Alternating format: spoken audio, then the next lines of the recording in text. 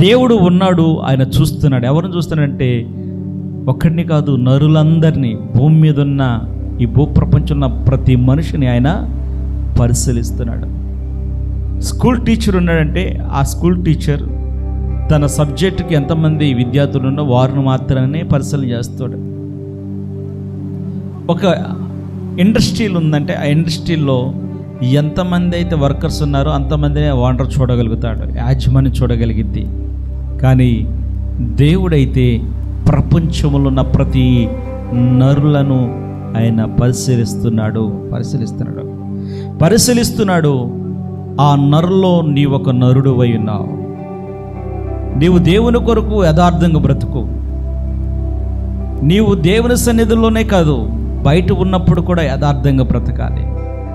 బయట ఉన్నప్పుడు కూడా సత్యంగా బ్రతకాలి. దేవుని మాట